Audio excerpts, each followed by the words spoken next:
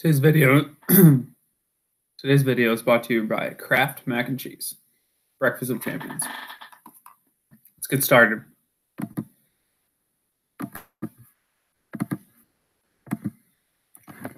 Today we are talking about human trafficking. This is lap 2, day 3, living as a disciple. So what is human trafficking? And human trafficking is modern day slavery. It's the third largest criminal enterprise in the world.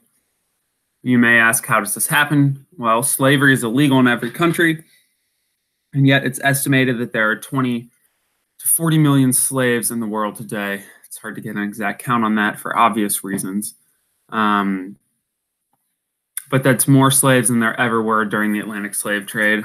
Now, there's a lot more people in the world, so the percentage of people who are slaves is lower, but by number, there are more slaves than at any other time in history.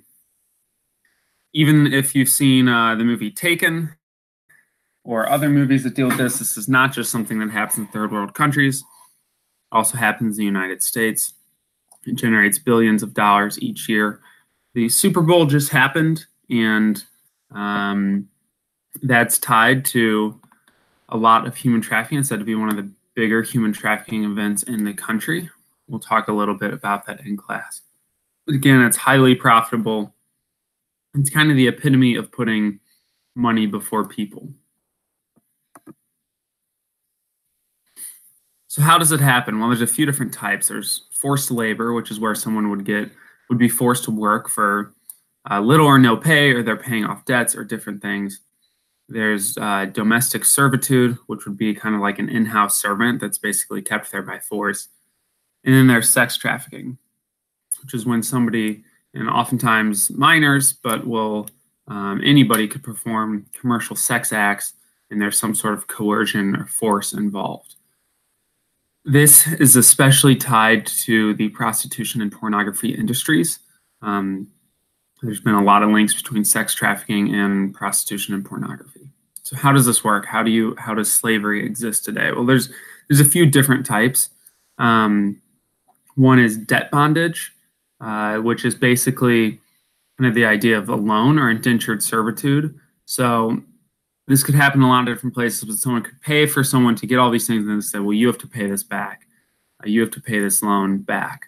Someone could kind of be born into this in another country, or it could definitely happen in the US. Maybe somebody takes advantage of an immigrant, helps them out, but then kind of has this debt bondage. If you remember studying in history, sharecroppers, after the Civil War, kind of this idea, people would pay for all these things in order to have their own land. This was especially blacks who were recently freed would pay for all these things to have their own land, but then they would keep having to pay the landowner back for things. It was essentially indentured servitude, debt bondage. Could be coercion, threat, force, or isolation.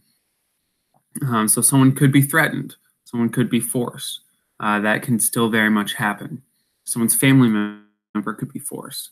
Visa or passport confiscation. This especially happens with immigrants who have no knowledge of our laws,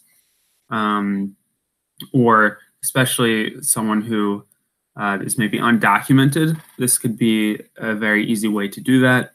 Or substance abuse or addiction, especially tied again to prostitution and pornography. Someone will be given some hard drugs, essentially made to be addicted to those, and then they will do almost anything to get those drugs. That's once addiction takes in, there is actually almost no control anymore to make decisions.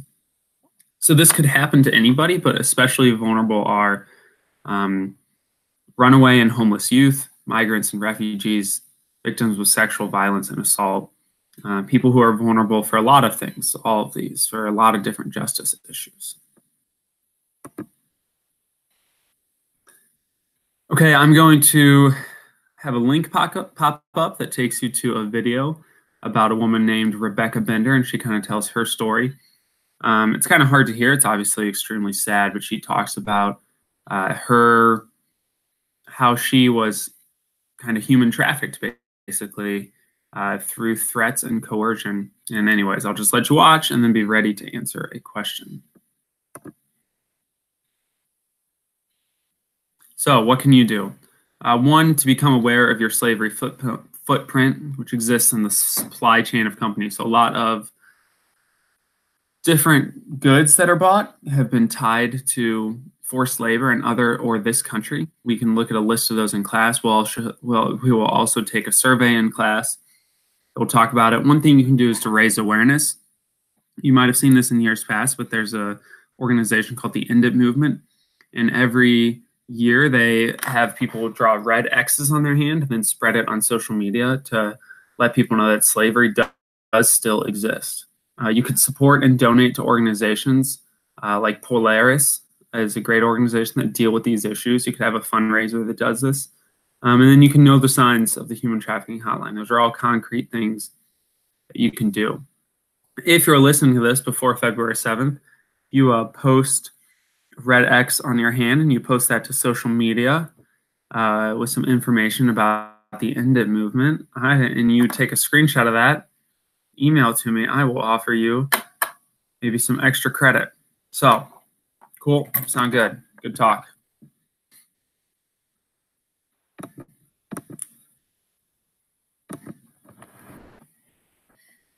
Anyways, as I said, this video was brought to you by Kraft Mac and Cheese. Look forward to discussing this in class, even if it is a heavy topic. As always, like, comment, and subscribe.